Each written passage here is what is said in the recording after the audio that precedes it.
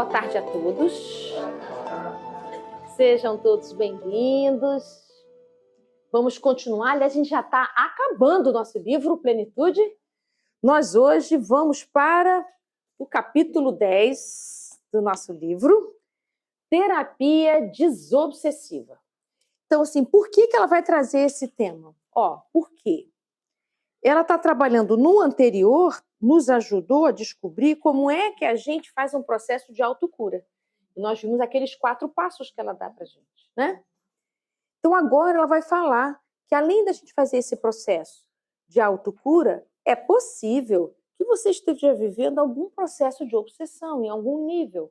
Então, se você quiser melhorar mais, além do seu processo de autocura, se você tiver algum processo obsessivo, é hora de tratar, né? Então, ela vai falar sobre as obsessões. Então, eu vou ler só alguns pedaços e nós vamos seguir com as telas, tá? Que aí eu fiz uma síntese para a gente aqui. Mas vamos começar com ela. Ela vai dizer aqui que a obsessão é quase uma virose. Forte, né? Tem um livro muito bom, gente, que é do Alírio de Cerqueira Filho, sobre obsessão silenciosa, é o nome do título do livro. Obsessão silenciosa. Então, muito claro, muito explicativo, para quem quer estudar mais um pouquinho, eu acho que é um livro que vale a pena. Obsessão silenciosa. Alírio. É A-L-I-R-I-O. Com esse nome não tem dois. Alírio de Cerqueira Filho. Ele é do Mato Grosso. Federação do Mato Grosso. Então, no estudo dos sofrimentos humanos, destaca-se um capítulo que, pelas suas graves injunções, merece um estudo à parte. Chaga moral do espírito. A obsessão tem uma generalização muito mais ampla do que se pode imaginar, tornando-se periodicamente uma virose de contágio célere, em face das circunstâncias que exige como decorrência do processo evolutivo das criaturas e do planeta, que a impõem como necessidade saneadora dos volumosos compromissos negativos que permanecem na economia da sociedade. Quase um fenômeno comum, né? Vale lembrar que a obsessão tem graus. A gente vai olhar para esses graus hoje, tá? Na Antiguidade Oriental, como depois, durante a Idade Média, apresentava-se com características epidêmicas e varria os povos. Dava-lhes uma trégua e retornava intempestivamente. Confundida com a loucura nos seus diversos aspectos, tem desafiado os estudiosos do comportamento, da saúde, da religião e das ciências da mente. Sutil em certas ocasiões, assume proporções inesperadas, levando a extremos lamentáveis aqueles que lhes tombam nas urdiduras.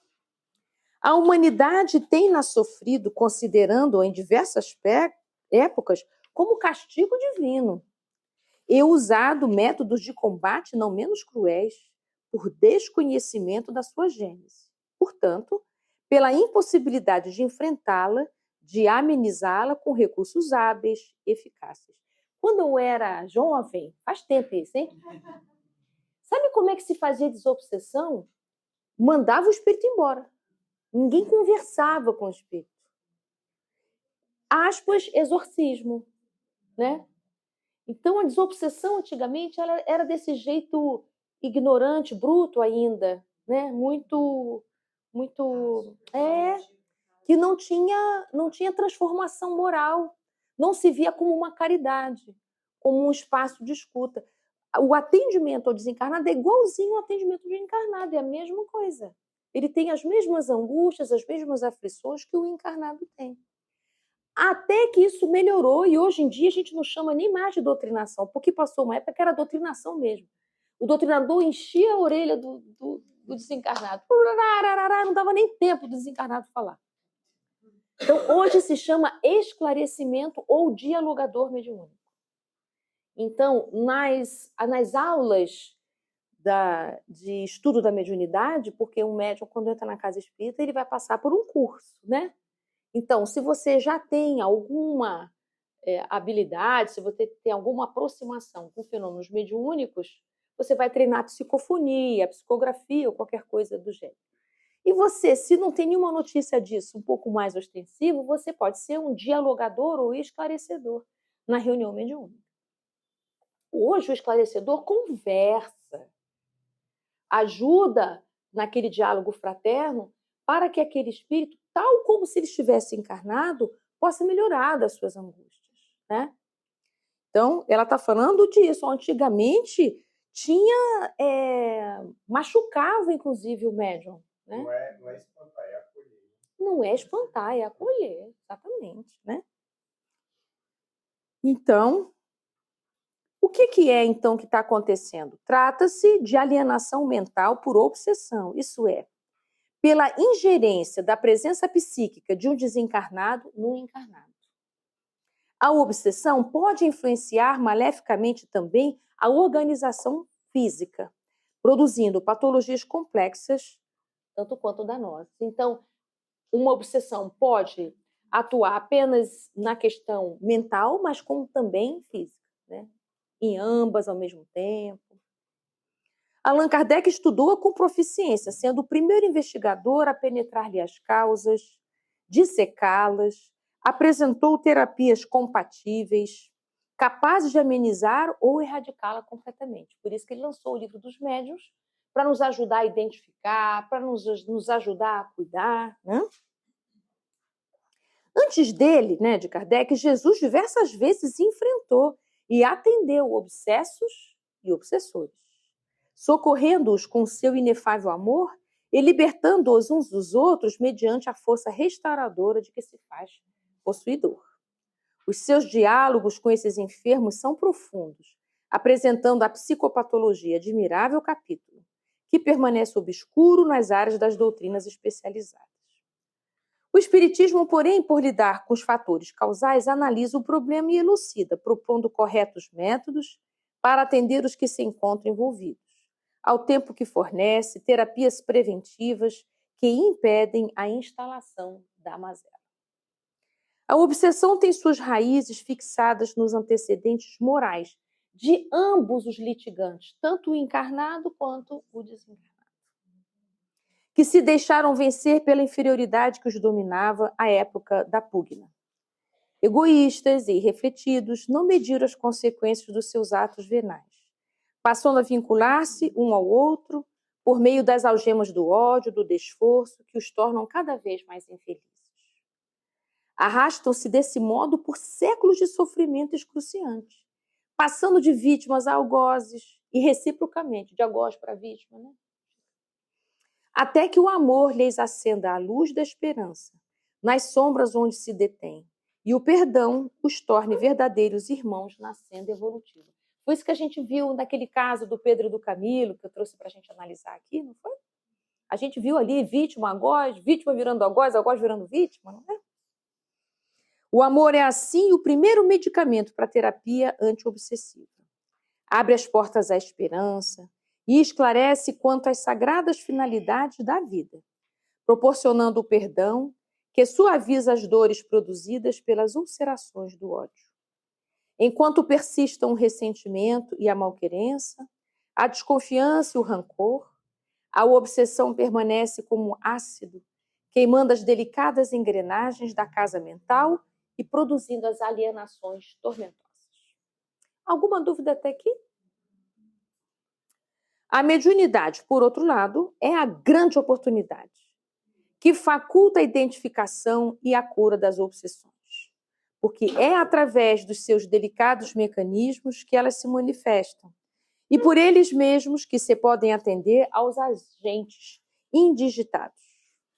O paciente vítima de obsessão é certamente portador de mediunidade, que necessita de conveniente educação a fim de aplicá-la em finalidades relevantes. A obsessão é doença grave, mesmo quando se apresenta em quadro simples, em forma de inspiração depressiva ou de morbo que afeta a saúde física. Isso porque impõe a transformação moral do paciente e a mudança emocional do agente que a desencadeia, consciente ou não. Eu acho esse parágrafo muito bom de vocês assinalarem, né? Só há obsessão porque há débito por parte de quem a sofre. Também legal de marcar isso. As leis da vida dispõem de recursos elevados para a reeducação dos incursos nos seus códigos de justiça. No entanto, a intemperança e a precipitação dos indivíduos, perturbados em si mesmos, levam-nos aos desforços e vinganças, produzindo esses desnecessários processos de sofrimento. E eu vou passar à frente, porque a gente vai ver isso aqui nos slides. E eu queria, lá na página seguinte, um parágrafo que começa assim. Proliferam também. Acharam? Isso. Proliferam também as obsessões, olha que coisa importante que ela vai dizer, entre os encarnados, graças aos abusos do sentimento. Vide livro de uma certa pessoa, chamado Caminha que a Vida Te Encontra, capítulo As Faces Invisíveis da Violência. Então, eu coloquei ali 10 faces, 10 comportamentos que contracenam com o dobro e o triplo de abusos do sentimento. Né? São as ironias que começam... A face mais simples da violência é a ironia e o sarcasmo. A mais simples. Então, e a gente transita nesses ambientes violentos, nós nos assediamos violentamente sem a gente se dar conta, constrangemos ou somos constrangidos nos ambientes domésticos. E é isso que ela está contando aqui. Então, prolifera as obsessões entre nós com abusos do sentimento, que os leva à vampirização psíquica, gerando distúrbios demorados. Os desejos perturbadores direcionam petardos mentais que atingem aqueles aos quais são dirigidos, produzindo-lhes estranhas e desagradáveis sensações. Quando são recíprocos, dão curso à interdependência psíquica, que afeta tanto a área da emotividade como da organização somática, gerando sofrimento. Quem de nós já não passou ou esteve próximo de relacionamentos lesivos? 99,9999. Né? Primeiro que a gente demora a identificar que estamos vivendo essas lesões, não é? E é difícil sair. Né? Precisamos de, aspas, desobsessão entre encarnados. Né? Toda forma de obsessão resulta de um interrelacionamento pessoal interrompido pelas forças negativas da agressividade, do ódio, da traição, do crime, das expressões de amor em desalinho que destrambelham os sentimentos. Viu a palavra destrambelhar? Destrambelham os sentimentos. A desobsessão consiste na interrupção do processo de imantação de ambos os infelizes. Porque o agressor, embora se considere realizado pelo mal que aflige sua vítima, padece, por sua vez, de infortúnio e falta de paz. A criatura é sempre responsável pela própria vida. Somente há desar, obsessão e sofrimento, porque se elegem os comportamentos doentios em detrimento daqueles outros positivos. Diante das obsessões, constata-se o retorno dos atos inditosos em busca de reparação imediata. Dissolver os grilhões do mal com as energias poderosas do amor, eis no que consiste a terapia desobsessiva. Então, para sublinhar. Então, a terapia desobsessiva é uma terapia do amor. Que libera o ser do sofrimento que a sua incúria gerou, favorecendo com a saúde integral, resultado de uma mente em harmonia com a vida, uma organização física em equilíbrio e a emoção, como a razão, dirigidas para o bem, para o progresso e para a felicidade. Então, vamos olhar as obsessões, então? Esse capítulo está dizendo assim, olha, você precisa olhar para isso. E se você não está, se nesse sofrimento que você está vivendo, veja se você não está num processo de obsessão, nem que seja começando, né? Então, eu fiz esses slides para a gente conversar. Então, perturbação espiritual, que tem inúmeros graus, né? Você sentiu um peso emocional repentino sem causa aparente. Como é que era esse peso? Você sentiu o quê? Tristeza, angústia, desânimo e raiva. Sensação que vai acontecer uma desgraça, você não sabe qual é. Muito medo, raiva, tudo te incomoda.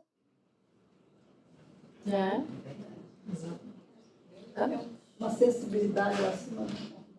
Uma hipersensibilidade. Tipo assim, se você tem facilidade de escutar barulho, você vai escutar mais do que o normal. Gota pingando, o vento incomoda, o calor incomoda, tudo está incomodando. Essa hipersensibilidade tem a ver com esse peso. O que mais? Sim. Mas o que mais? Tem mais coisa. Tem. Inveja. Ciúme bravo. Pensamento repetido. Tem também uma outra coisa. Você começa a se sentir comparado, ou você se compara muito e você se sente menor. Outro peso importante que acontece você começa a achar que está tudo errado em volta, está tudo errado na sua família, está tudo errado no seu trabalho, está tudo errado na sua vida.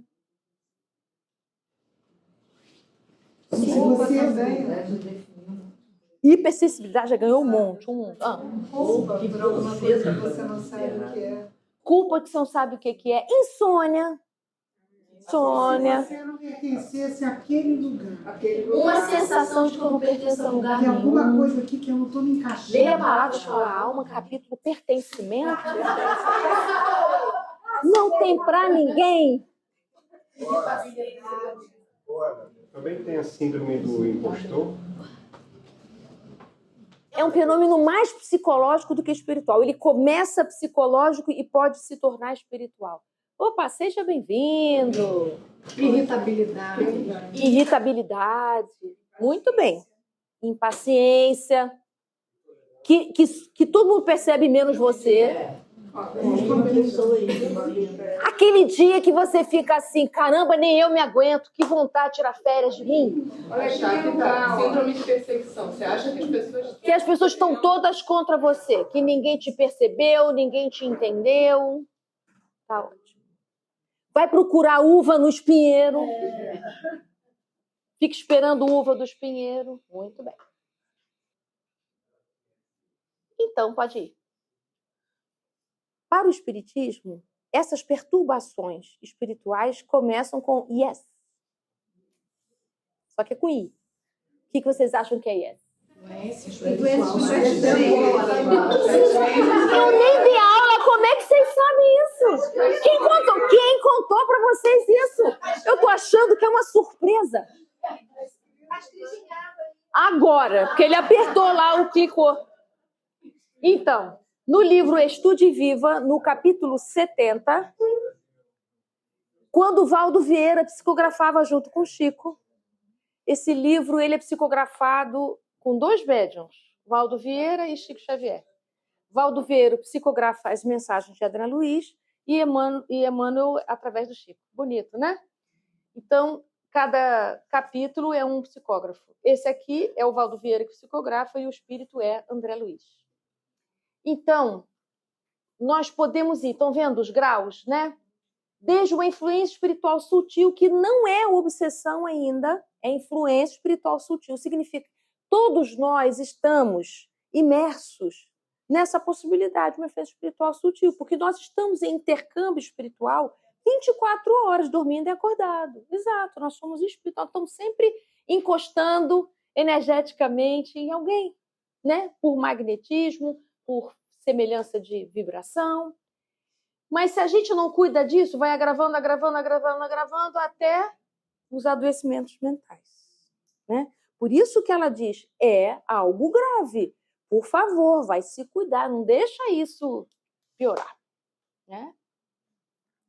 Então, IES é uma brincadeirinha, porque tem que ter o nosso IES para acontecer, né? Tem que ter o nosso consentimento, né? Então, pode seguir. Então, André Luiz começa. Sempre que você experimente um estado de espírito tendente ao derrotismo, perdurando há várias horas, sem causa orgânica ou moral de destaque, avente a hipótese de yes. Agora, que frase mais linda. Seja claro consigo para auxiliar os mentores espirituais a socorrer você. Olha isso. Seja claro consigo para que a espiritualidade possa te ajudar. Significa que se você ficar na ignorância, se você ficar na anestesia, vou tomar aqui um negocinho para melhorar, vou dar uma distraída aqui na televisão, vou ficar na Netflix, deixa eu rolar no Instagram. Se você vai para a distração, você não tem a possibilidade de ser ajudado. Mas se você faz um recolhimento assim, peraí, eu passei o dia inteiro brigando com todo mundo, tem uma coisa esquisita acontecendo comigo hoje. Como é que isso começou? Deixa eu aqui pensar. Começou em que momento isso? Essa minha irritação. Esse processo é você sendo claro com você. Nesse lugar, os mentores têm condição de te apoiar, te ajudar a lembrar, te ajudar a identificar e te socorrer. Essa é a verdadeira ocasião da humildade, da prece e do passe. Dentre os fatores que mais revelam essa condição da alma, agora ele vai citar exemplos desse peso emocional que a gente aqui já fez no nosso ensaio. Pode seguir. Então, ele vai dar agora sintomas. Se você tiver um dos 9, você está no yes. Agora, pessoal, nós somos quantos aqui? Vamos dividir por 9, que vai rolar. Se você não tiver nenhum, você não está na Terra. Então, né? Então, vai preparando aí que vocês vão escolher um dos 9, tá? Dificuldade de concentrar ideia em motivos otimistas, né? Eu já contei aqui que eu estava com um colega andando numa rua que recapearam, ficou bonitinho, uma rua perto da nossa casa. Aí eu falei, nossa, ficou super legal, eles recapearam essa rua é buracada dessa, é São Francisco Xavier. Vamos ver até que dia dura. Eu não consegui nem ficar feliz, não. É isso, são pessoas assim, você fala uma coisa, tá. Vamos fazer a tua coisa? Vai chover. Né? Então, é isso, a pessoa é viciada no negativo. Ela já foi tão surpreendida pelas coisas ruins que ela já não deixa a alegria chegar. Qualquer coisa legal que você fala, ela já está na ponta oposta, né? Aí eu dou uma palestra, vamos fazer tal coisa? Não, isso aí é só para quem é evoluído. Não é para mim, não. Então, assim, que dificuldade de acessar, né, as coisas otimistas. Mas é porque já houve alguma coisa. Quem entra nesse vício é que já foi surpreendido negativamente muitas vezes, então já não acessa mais nada legal, não confia em nada legal da vida. Então, qualquer coisa boa que se fala vai levar para o pior. Eu acabei de falar que a rua estava capeada, estava tão bonita, lisinha, vamos ver até que dia dura. Então, pode seguir? A ausência de ambiente íntimo para levar os sentimentos em oração ou concentrar-se numa leitura. Já sentiram isso? A gente não consegue fazer prece, não consegue ler, né? A cabeça está tão, não é? Tão tumultuada. Pode ir? Indisposição inexplicável, tristeza sem razão, você falou da tristeza, e pressentimento de desastre. Ela falou aqui, de desastre imediato. Mas seria uma coisa contínua, não pontual, né? Um dia, como você falou, esse dia eu estou assim, dormi mal, agora a sua concentração vai ter eu diria assim, o sintoma é se fosse uma coisa contínua, não é isso? Uma manhã já tá bom. Já tá uma influência espiritual sutil. Passou e foi embora, ok. O problema é se fica uma manhã assim, um dia todo irritado, uma manhã de mau humor. Você não é mal-humorado. O que está te acontecendo? Você está sob influência espiritual. Você abriu espaço de alguma forma. A gente abre espaço sem perceber, né? Sem se dar muito conta disso. Aborrecimentos e manifestos por não encontrar semelhantes ou assuntos sobre quem ou o que descarregar. Então, você está aborrecido e fica procurando mais vítimas, não sabe? E vai achar. Ah, vai. Primeiro que aparece, leva. Por isso que quando alguém fala umas coisas meio sem noção pra gente, você deve levantar essa possibilidade. Ih, tava precisando de alguém para descarregar e eu que passei na frente. Então, deixa com ele, porque tem muita gente que aquele dia não tá bem. Brigou, tá sofrendo alguma coisa, então você precisa, né, dar uma respirada, deixa com o outro. 5. Pensamentos subreptícios. Você não vai conseguir, não. Isso não vai dar certo. Isso é pensamento subreptício. Não adianta, não vai dar certo. É curto e fica ali, na base do que você está se preparando. Irritações surdas, queixos, exageros de sensibilidade, aptidão para condenar quem não tem culpa. Bom isso, né? Interpretação forçada de fatos e atitudes suas ou dos outros que você sabe que não corresponde à realidade. Depois, quando você para pensar, você vê que você saiu do ponto. Gente, perdoa, tem que ter indulgência aqui, que o negócio aqui... Hiperemotividade ou depressão raiando na iminência de pranto. Isso é muito comum. Estou chorando, não sei porquê. Estou com vontade de chorar, não sei porquê. Estou com nó na garganta. Estou com dor aqui no peito, né? Estou com uma angústia que eu não estou conseguindo dar conta, né? Angústia e ansiedade são sentimentos diferentes, né? Ânsia de investir-se no papel de vítima ou de tomar uma posição absurda de automartírio. Eu tenho certeza que fulano fez isso para me prejudicar. E essa frase é própria de Yes. Eu tenho certeza que fulano não quer que eu isso, que eu aquilo, né? E não adianta dizer para você que não é isso. A maneira como você está olhando é um foco tão pesado que você não vai conseguir ver outra coisa a não ser isso, né? E por último, e o mais importante de todos, teimosia em não aceitar que você está sob influência. Ele é o mais importante de todos. Mas depois vem-lhe a mudança de impulso, arrependimento, recomposição de tom mental e não raro, às vezes, a gente começa a achar que é tarde para reparar, para melhorar. Tá? Então, 9 movimentos, 9 sintomas, 9 manifestações. Não é obsessão ainda, você está na influência espiritual sutil. É hora de uma conversa fraterna, é hora de um passe, é hora de ligar para um amigo, hora de fazer uma meditação. Cuida de você. Igual a gente escova dente porque está com caroço de feijão, precisamos aqui manter limpinha a nossa psicosfera, né? Cuidar da gente. Alguma dúvida nos 9 itens? Não? Então, André Luiz, é o quê? Todos conhecidos. Pensei que ia falar assim, todos desconhecidos. Nunca passei por isso. Continua André Luiz, estamos ainda na página do André. São sempre acompanhamentos discretos e eventuais por parte do desencarnado e imperceptíveis ao encarnado pela finura do processo, pela sutileza. O espírito responsável pode estar tão inconsciente dos seus atos que os efeitos negativos se fazem sentir como se fossem desenvolvidos pelo próprio. Quando o influenciador é consciente, a ocorrência é preparada com antecedência e meticulosidade. Às vezes, dias, semanas antes do sorrateiro assalto. Marcado para a oportunidade de encontro em perspectiva, conversação, recebimento de carta, clímax de negócio ou crise imprevista de serviço. Gente, a minha vizinha botou uma câmera na porta dela. Tudo bem que se fosse só na porta dela, só que é virado para mim. O que isso quer dizer? Ela é curiosa. Né? Estou me trabalhando para não entrar numa influência espiritual sutil.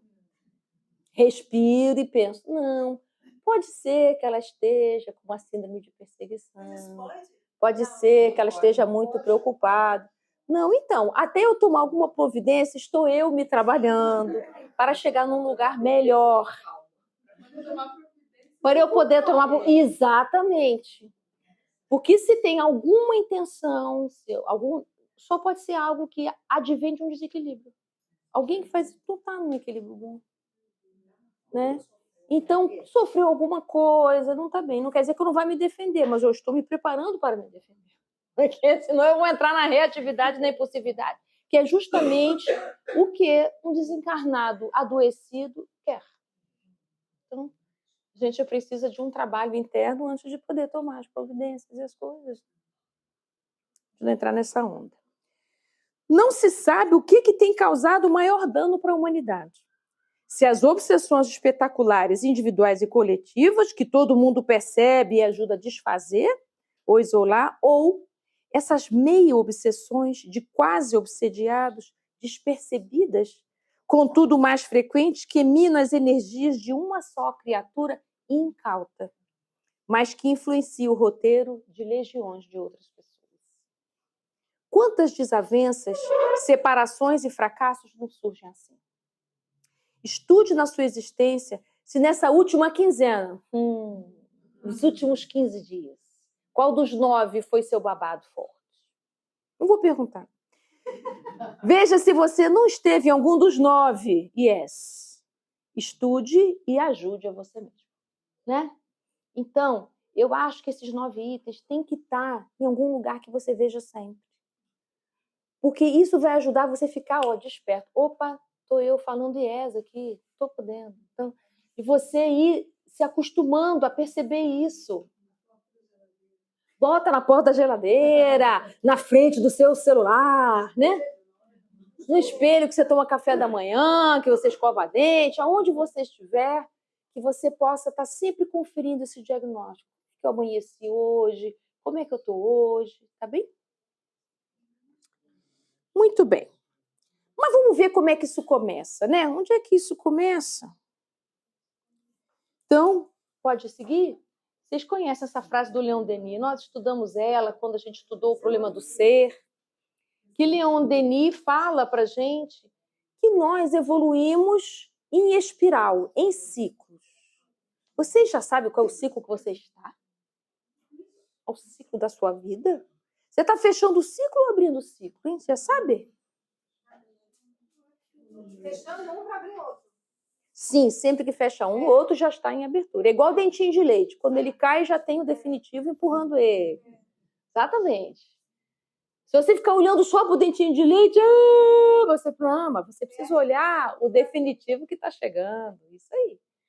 Então, nós vivemos ciclos reencarnatórios, ciclos nos vários momentos de desenvolvimento da sua encarnação, dessa mesma encarnação. Você precisa de tempos em tempos identificar o que está se fechando, o que está se abrindo. Né? Esse momento de mudança, gente, que você já percebeu que os seus movimentos já estão meio caduco, que você está precisando abrir novas frentes, mas você ainda não se liberou disso que passou. Esse é o momento que a gente está mais frágil, que a gente está mais sensível, mais inseguro, mais sujeito a... Yes. Exatamente. Então, máxima atenção nesse momento. Quem tem mediunidade ostensiva tem isso em alto grau. Tem que estar sempre se cuidando. Pode dar mole. Né? Então, uma lei circular preside a evolução dos seres e das coisas, rege a marcha dos séculos e das humanidades. Cada destino gravita num círculo imenso, cada vida descreve uma órbita, e nós vivemos, então, pode clicar, numa espiral de crescimento. Olha lá como é que é a evolução de um espírito. Vocês podem pensar um espírito e pode pensar a humanidade, ela é espiralada, né? O nosso crescimento. Então, nós estamos em direção a Deus, estamos todos voltando para casa, e tem uma força chamada Lei do Progresso que está sempre empurrando a gente, que não está sujeita à nossa vontade, né? A Lei do Progresso acontece e é uma força viva, diz no Livro dos Espíritos, no capítulo A Lei do Progresso. No Livro dos Espíritos, no capítulo da Lei do Progresso, das leis morais, Kardec vai colocar: o progresso é uma força viva. Então, nós sentimos que algo precisa mudar. O tempo todo a gente sente isso. Às vezes a gente sente mais intenso, às vezes menos intenso. Vocês já sentiram isso? Embora você não saiba muito bem o que tem que mudar, mas você sente esse empurrão. Às vezes a gente fica assim: será que eu tenho que mudar de emprego? Será que eu tenho que fazer um curso? Será que eu tenho que mudar de casa, mudar de casamento, mudar de país? Tem um anúncio de mudança e você não sabe muito bem onde ele está acontecendo. Em termos espirituais, é na alma essa mudança. Então, Kardec pergunta assim: o homem tem o poder de parar o progresso? E aí os espíritos dizem que não. Parar não, mas a gente pode complicar, né? Pode clicar através das repetições. O que tem a ver a obsessão com isso?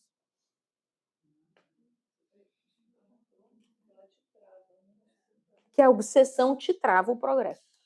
Quando você fica submetido a um processo espiritual de longo curso, você fica repetindo o movimento, né? Você fica ali emperrado. Começa emprego, perde emprego. Começa relacionamento, perde o relacionamento. Você vai fazendo repetição. Repetição até você ver: gente, eu não aguento mais isso. Então, nós precisamos analisar as repetições. Pode clicar. A repetição, ela retarda o progresso, não impede, mas demora mais. E se a gente se mantém, pode clicar de novo, aumenta o nosso sofrimento. Então, geralmente, a gente vai entender a repetição ao contrário. Começa aqui, no sofrimento grande, aí a gente começa a perceber que a gente está progredindo pouco, e aí você identifica: nossa, o que eu estava repetindo? Então, se você puder já de cara descobrir a repetição, ótimo. Mas às vezes a gente vai precisar de ajuda dos universitários, né? Perguntar para a nossa família, para os nossos entes queridos: o que você me vê repetindo? Então, pode seguir. A pergunta é: o que nos mantém na repetição? O que vocês acham? Teimosia, cara de pau, rebeldia. Então vai. Comodismo. Medo. Mas vocês não falaram uma coisa simples, explica. Pode ser que você não saiba. Você não sabe. Pode ser que você não sabe que você está fazendo isso. Você fica achando que você é esforçado pra caramba. As pessoas é que não entendem e Deus não te ajudou ainda. Né? Você não sabe o que você está repetindo. Você tem muita peninha de você se acha vítima das circunstâncias, você não sabe o que você está repetindo. Ou pode ser que você já percebeu que você repete, mas você é ambivalente, que é onde a maioria de nós está. A gente quer sair, mas ainda nos atrai aquilo. Né? Vi as pessoas que falam assim: eu quero parar de fumar. Mas é gostoso, né? Eu já sei que mata, já sei que dá câncer, eu viro o maço de cigarro, não leio muito. Eu fumo só na varanda, eu fumo só 3 por dia. Então, a gente faz umas enrolações assim com a gente, né? Eu quero... É muito engraçado. Não, eu tenho um relacionamento lesivo. É lesivo mesmo. Mas será que eu não tenho que resgatar? Ali? Eu não é que eu tenho que ter paciência, tenho que amar, aprender a amar e não sei o quê, né? Eu estou trabalhando no que eu odeio, detesto, sofro, me desespero, mas vai ver, eu tenho que ficar ali, porque... Então, assim, olha como a gente é ambivalente. A gente já viu que aquilo não é legal, mas a gente tem atração por aquilo.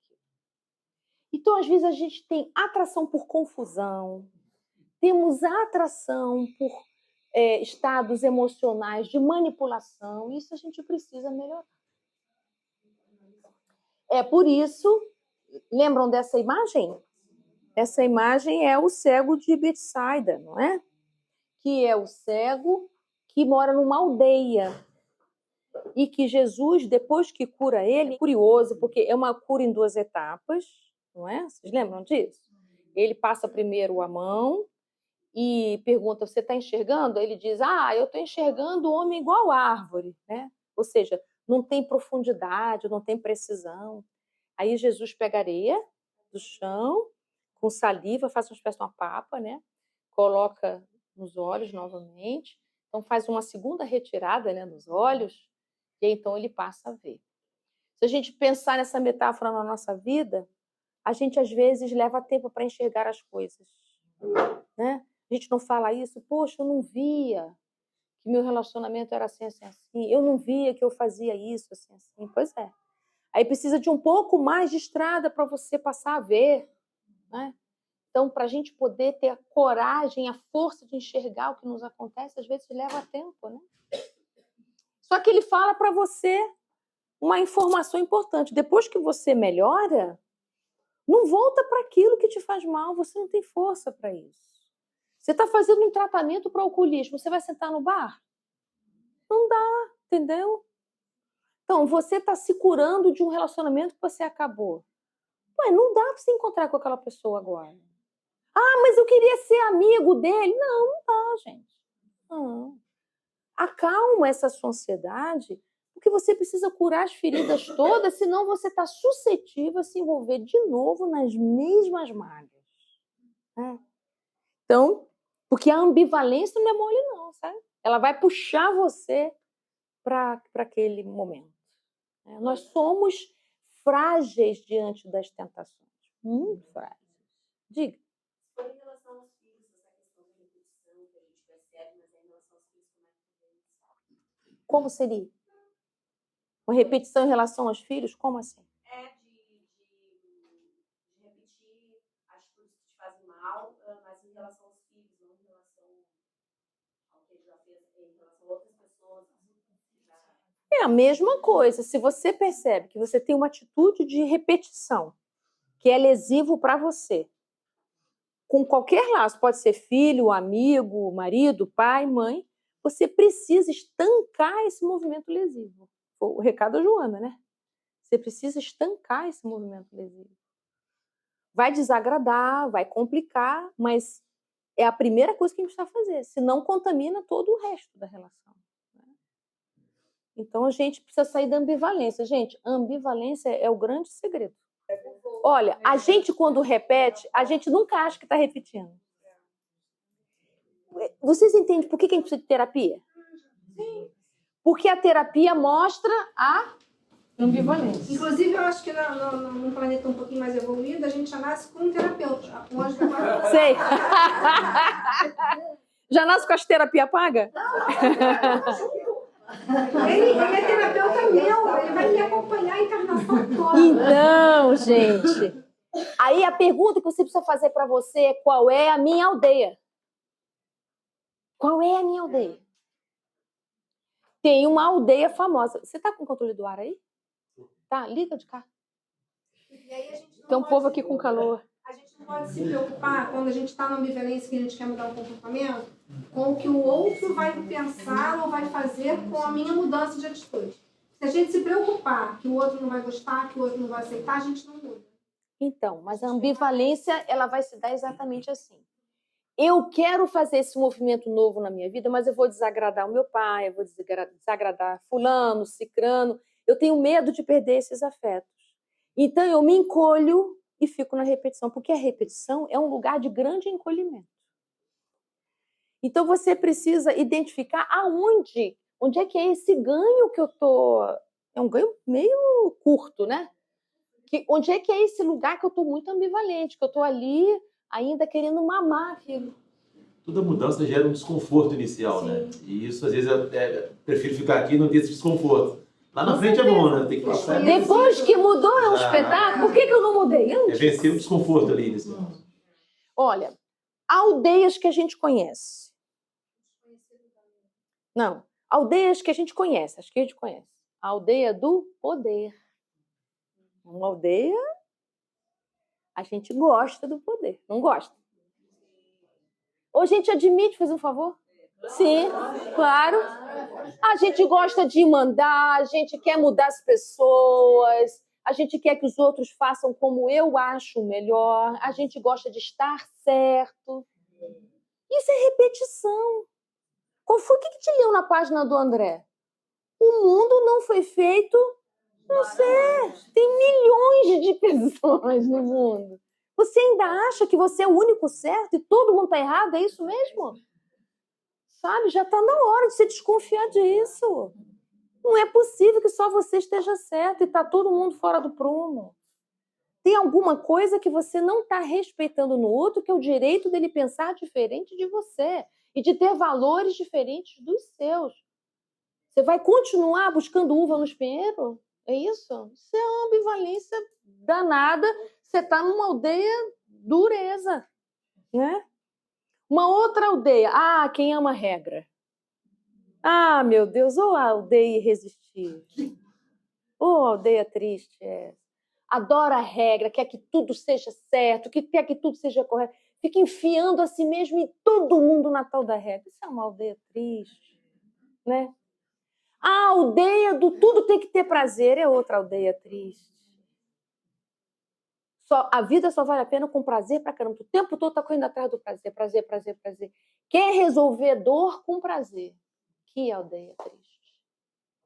Não há possibilidade de você resolver dor com prazer. Se você acha que toda dor que você sentir tem que ter prazer para resolver, você está compulsivo e não entendeu que isso é uma repetição. Doeu, prazer, doeu, prazer, doeu, prazer, compulsão. É isso. Vai ser repetição. Existe uma compensação? Toda vez que você está com a dor, você quer uma compensação. Eu quero um prazer para isso aqui que está doendo. Ah, não é possível que está doendo tanto assim. Eu tenho que comer um chocolatinho. Eu tenho que fazer uma comprinha. Eu tenho que ir para o shopping.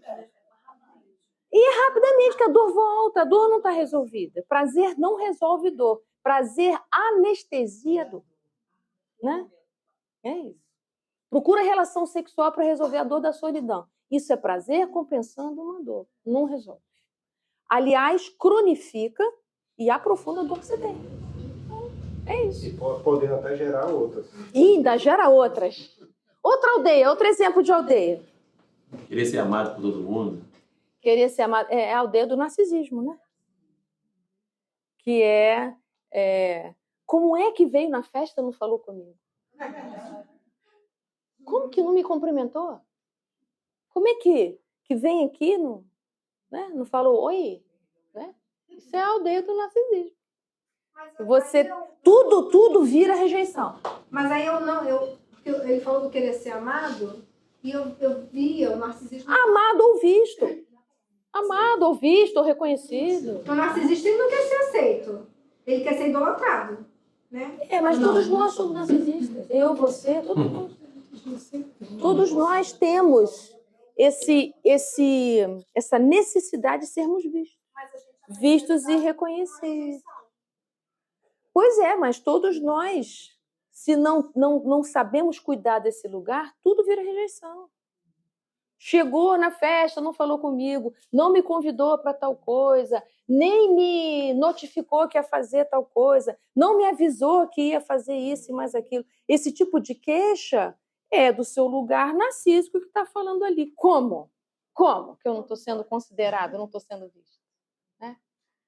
Então, todo o nosso lugar de rejeição, ele está falando de um lugar narcísico que eu ainda não olhei para ele. Ainda não cuidei dele. Ah, me sinto rejeitado. O tímido. Né? Então é isso que a gente precisa cuidar, né? Não vou fazer porque eu posso errar, eu tenho medo de errar. Isso é o seu narcisismo que está falando. Então a gente precisa ficar atento para esses nossos processos. Tudo isso, gente, é imaturidade moral, tá? A gente adora essas aldeias. Até a gente desgostar da aldeia, a gente vai... Né? Pode seguir? Onde tudo começa? Começa onde? Onde é que tudo começa? Yes! Pode seguir. Então, tudo começa na influência espiritual sutil. Kardec vai fazer uma classificação das obsessões por graus também. 3 grandes graus. Então, pode seguir. Obsessões simples, mas não é uma simples obsessão. Tá certo? Simples é quando o espírito, que é chamado de obsessor, o seu desafeto, ele não se esconde. Ainda não te abraçou, mas tá. Não te abraçou e ele deixa claro que ele veio te dar uma complicada. Tá certo? Ele gostaria que você sentisse a mesma dor que ele sente. Então, nas obsessões simples porque o espírito não se esconde, ele é claro. Mas ele se incomoda com tudo que te acontece de bom. Ele considera que não é justo que você esteja vivendo coisas boas, já que ele não viveu coisas boas. E por sua causa ele está nessa situação que ele se encontra. Só que ele tem um registro sobre você antigo, ele não tem um registro novo, ele não viu o seu crescimento. Ele ficou estacionado na dor. Ele não viu que você modificou seu comportamento. Então ele acha que você é impostor. Você me perguntou sobre a síndrome de impostor. Nas obsessões simples, essa ideia vem muito. Que você é uma farsa, que você é uma representação, que você disfarça bem. Pode seguir? Então, simples é o grau mais simples, porque o espírito não se esconde. Na fascinação, sim. Ele te engana, ele te manipula, né? E você fica tão fascinado que você não percebe que você está obsediado, né? O médium ostensivo é muito suscetível de passar por uma fascinação. Achar que ele é acompanhado por um espírito XPTO, que as mensagens dele são incríveis, que ele foi escolhido, que ninguém no grupo espírita compreende ele, que ele é melhor que todo mundo. Terceiro grupo é subjugação. Nesse caso, ele está totalmente tomado pelas forças do espírito obsessor, ele já não tem mais vontade própria, né? E eu coloquei um 4, que é a auto-obsessão. Né? Não está na classificação do Kardec, mas eu acrescentei. Quando é a gente que complica aqui o lelê. Sabe? Né? Não precisa de ninguém obsediando você. Você mesmo faz isso. A auto-obsessão você... Né? Pessoas muito perfeccionistas, pessoas muito críticas. Jesus amado, é uma auto-obsessão aquilo, né? Mas existe outra classificação das obsessões, não anulando essas, mas mais específicas, que foi feita pela Dona Ivone Pereira, no livro Recordações da Mediunidade. Tá? Quem fez esse estudo foi o Jorge Elahá, e eu trouxe aqui para vocês a classificação dela. Não está arrumadinho assim no livro. Ele é que fez esse apanhado que eu vou mostrar para vocês. Pode seguir. As obsessões podem ser classificadas em obsessão odiosa e não odiosa. O que vocês acham que é? Odiosa, aquele espírito passou por alguma coisa comigo e ele me odeia. A não odiosa, a criatura não tem nada a ver comigo. Mas ele perturbado, ele quer perturbar alguém, encontrou afinidade e veio. Quase isso. Mas está bem perto. Então, vamos lá. O que seria obsessão odiosa? Quando tem um sentimento de sofrimento mesmo entre eu e o espírito desencarnado, tá bom? Então, tem 3 tipos. O mais comum é por vingança. É o mais comum. Eu quero que você sofra porque você me fez sofrer muito. Olha só, não precisa desencarnar, não. Acaba um divórcio para você ver. Acaba um casamento por disso. Diz que você quer o divórcio, o outro não aceita, você vai começar no processo desse, né? Por que a gente fica tão mal, gente, com separações afetivas? Porque vai ser acionado o lugar narcísico, né? Eu não sou mais o centro das suas atenções. Eu não suporto que você não quer mais olhar para mim, né? Então, eu vou encontrar todas as razões possíveis e imagináveis para você voltar a olhar para mim. Já que você não olha por bem, você vai olhar por mal. E aí é processo judicial que não acaba nunca, eu boto os filhos contra você, e faz alienação parental, e eu tiro a pensão, e aí é aqueles lelê que não acaba nunca. Porque com isso eu mantenho você aqui, ó. Né? Você vai me olhar. Mas você vai me olhar. Vai. Você vai me olhar. Eu não vou deixar você olhar para as outras coisas. Né? Não te deixo livre, não te liberto. Só que eu não te deixo livre e fico preso também. Né? Fico no mesmo nível de sofrimento. Então, essa obsessão é pessoal, é com você mesmo. Né? Que tá naquele lance. Pode seguir? O outro motivo, você pode sofrer uma obsessão odiosa porque você defende uma causa que esse espírito detesta.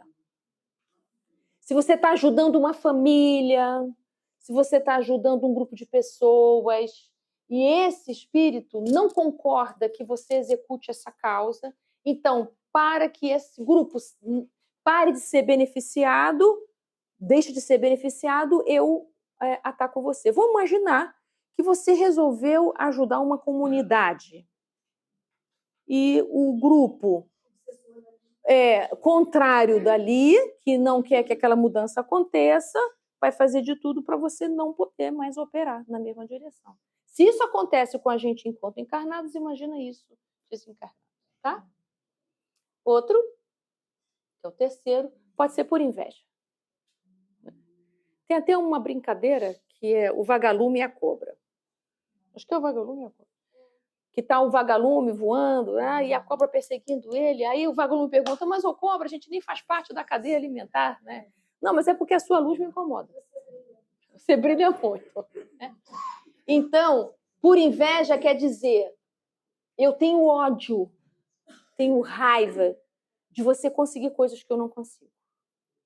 Mas em vez de eu olhar para cá e ver o que eu tenho em mim, que eu posso fazer por mim, eu queria que você não tivesse, porque cada vez que você tem, me lembra que eu não tenho ainda. Né? Exatamente. Então, a inveja é impressionante, gente. Ela aparece com muitas formas, de muitas formas.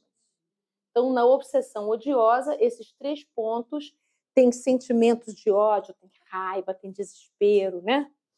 Então, agora, tem as obsessões que não são odiosas. Quando, por exemplo, é por afinidade, é por vício, não é nada pessoal. Eu não te odeio. Você fuma, eu fumo também. Você bebe, eu bebo também. Você é compulsivo, eu sou compulsivo também. Eu chego perto de você para poder me absorver aquele fluido que eu não tenho mais condição de ter. Pode ser você, pode ser o vizinho, eu não te odeio para isso. Né? É que você tem um tipo de fluido, um tipo de comportamento que me aproxima. Né? Então, se você vai num lugar de sexo livre, por exemplo, e um espírito desencarnado que ainda está nessa faixa, vai lá e se alimenta desses fluidos. Mas não é nada pessoal. Até gosta de você, né? Até gosta de você. É aquele espírito que fala para você assim, mas é você que me chama. Né? Então, tá tudo certo. Né? Então, os vícios, tá? Todo aquele que é viciado está obsediado? Yes. Qualquer vício. Não, é certeza absoluta. Qualquer vício tem obsessão. Tá bom? Qualquer vício de comida tem os desencarnados, que são os glutões. Que estão juntos. Tá? Segue. Gente, eu tô falando de obesidade mórbida, não é a sua dietinha que você tá querendo perder 5 quilos, não. Não exagera. Né? Tô falando daqueles casos graves de vício alimentar. Né? Por apego, é uma obsessão. Né? Então, eu gostava muito do meu netinho, eu desencarno, né? Eu sou um vovô, não vou botar no feminino, sou um vovô, todo mundo espiritual, e aí por apego eu fico junto. E aí a criança adoece, a criança não dorme. É um caso de obsessão por apego. Não, pelo contrário, não é ódio mesmo. É um amor adoecido, né? Que amor mesmo liberta. Se eu estou ali no apego, esse amor está adoecido, né? Então, passe e desobsessão. Tem que fazer desobsessão na criança, né? Segue. Por afinidade é quando a gente está na posição de carenciado. Não, o primeiro não é diferente? É diferente. Aqui tem vício, aqui não. Ah, tá. Né? Aqui é por afinidade porque nós somos carentes ou salvacionistas e a gente estabelece laços deteriorados e adoecidos com os desencarnados. Qual a obsessão mais difícil? Eu acho que é da Fascinação. Isso. Não, aqui não tem fascinação, não. Daqui. Inveja. Apego. Eu acho que é toda. Pasmem vocês, é por afinidade. Essa é a terceira. Porque é um lugar bonito. É difícil a gente identificar. Quando você é salvacionista ou você é carente. Aqui é porque tem vício, aqui não. Ana, desculpa. Você pode me explicar melhor? Eu estou com dificuldade. Se você é salvacionista... Eu, Cláudia encarnada, sou carente. Aí eu atraio um espírito que é amoroso, vamos dizer assim. Que é o doente, né? Sim, mas assim, ele vai suprir a minha carência, é isso. Ele é quase eu. Eu e ele somos um. Enxertia neuropsíquica.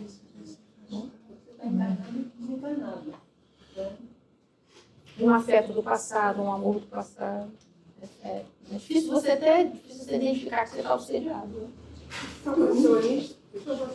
Salvacionista seria Como é que é uma pessoa salvacionista?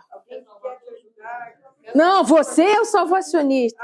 Eu salvo, eu resolvo a vida de todo mundo, eu sou o centro das atenções da minha família, eu resolvo isso, resolvo aquilo, resolvo... Eu adoro esse lugar.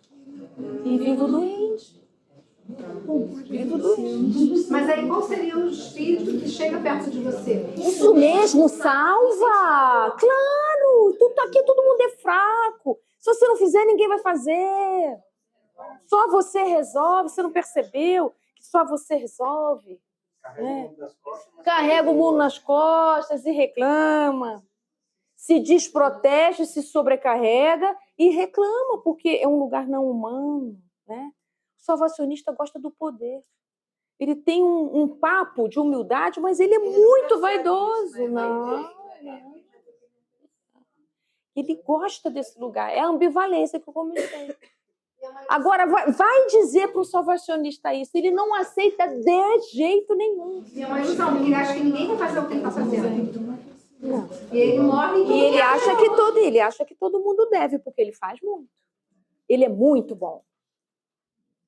Então, ele vai atrair espíritos que vão elogiar, vai atrair espíritos que vão incensar esse lugar de poder. Né? Não é que ele não faça coisas boas, mas ele adoece e está muito distante, muito mesmo, do aprimoramento pessoal. E cobra muito. Também tem... é cobrador. Essa característica também tem um componente narcísico? Com certeza, com certeza. As pessoas criam comida também para dar ações, essas coisas também. Não, é ótimo, é ótimo. Não, depende como você faz isso. Se você faz isso com gentileza, é maravilhoso. Eu acho ótimo. Né?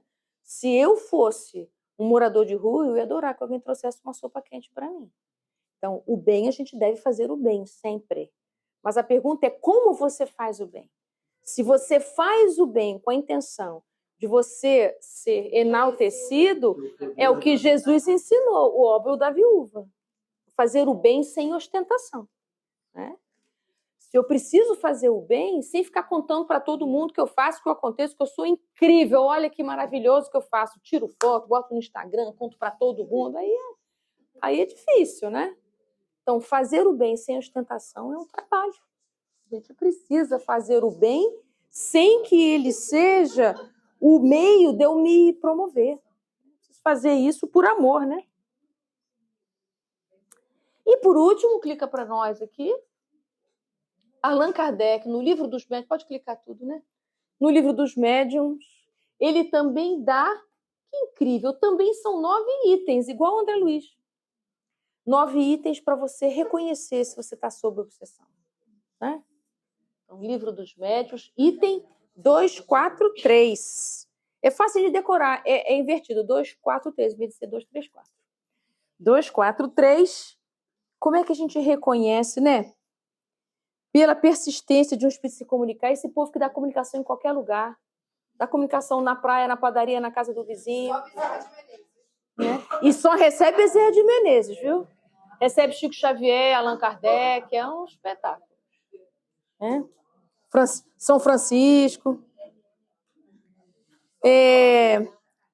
Ilusão de reconhecer a falsidade ou o ridículo das comunicações que recebe. Outro dia, uma médium falou assim, não, eu recebi uma comunicação do meu avô, falou que meu pai vai morrer. Isso eu sei também. Isso é uma fascinação. Espírito mente, gente. Desencarnado mente. Ele só está sem corpo, ele mente. Seu pai vai morrer, o meu também, o dela também. O pai de todo mundo aqui vai morrer. Isso não é uma comunicação veraz. Um espírito do bem não dá notícias que nos deixem aflitos. Se deixou você aflita, é obsessão isso. Você não pode fazer nada, né? Porque te dá uma comunicação. Aí um médium fascinado acha, tá vendo? Não me compreende, não quer dar legitimidade à minha comunicação. Então eu vou fazer comunicação em casa, porque aqui no centro não... Esse centro não é bom.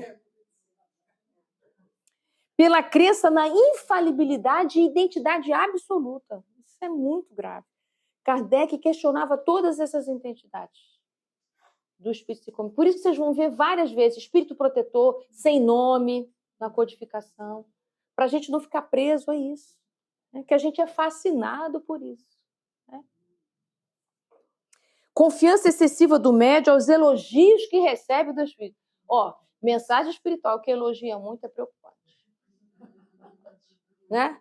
Elogiou, pode desconfiar. Né? Afastamento das pessoas que poderiam te esclarecer. É isso. Né? Está obsediado mesmo. Receber mal as críticas das comunicações que recebe. Milindre. Você está com milindre, você está com mimimi. Opa! Obsessão. Necessidade incessante e inoportuna de escrever.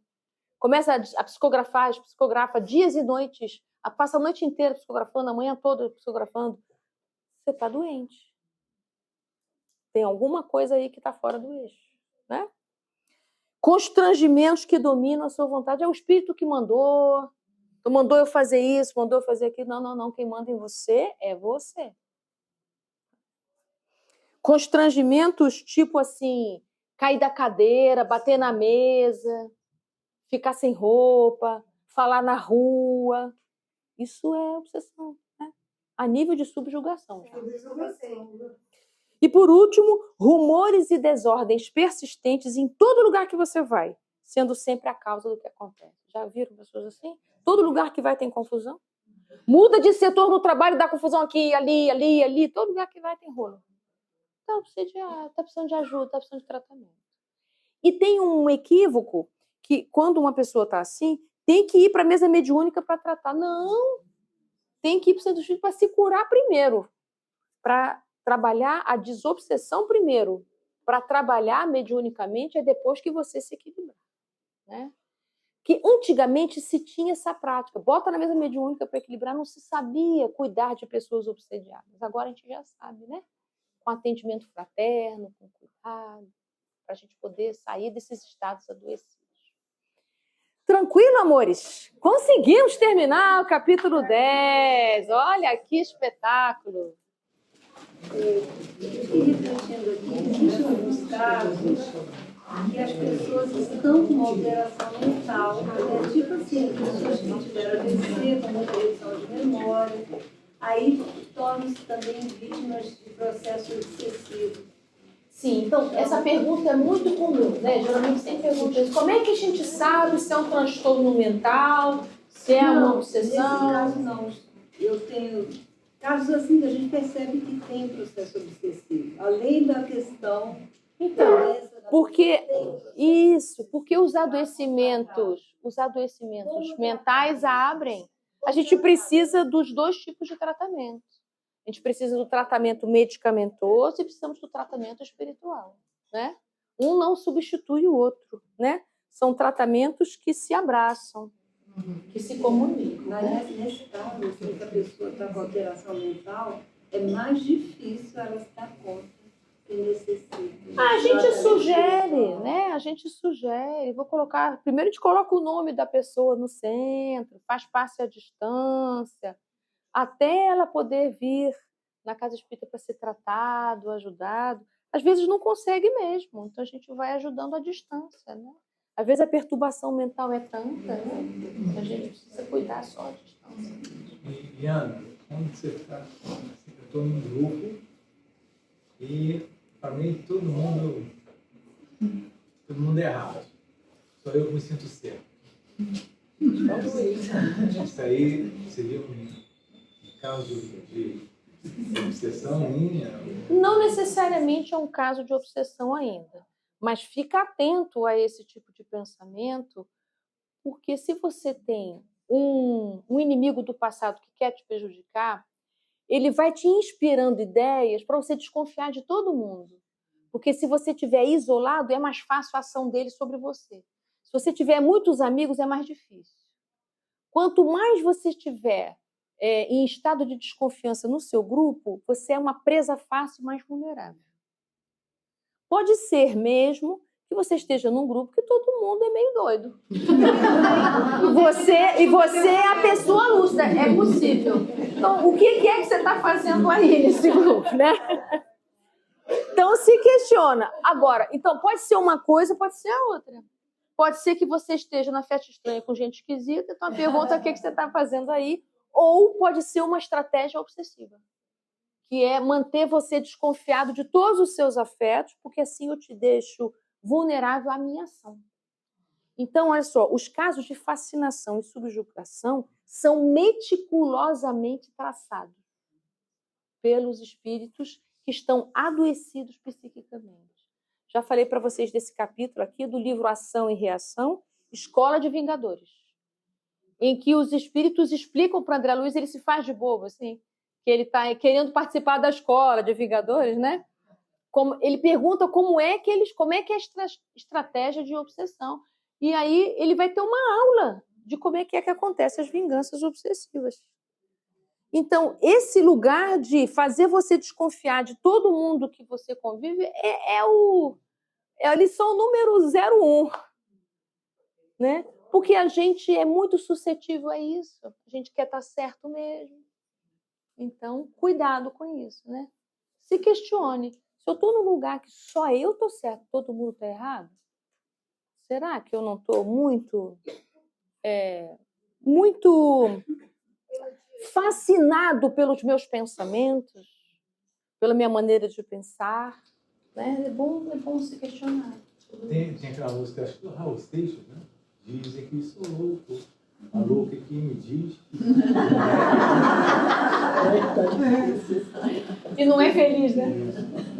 Muito bem, vamos fechar então a nossa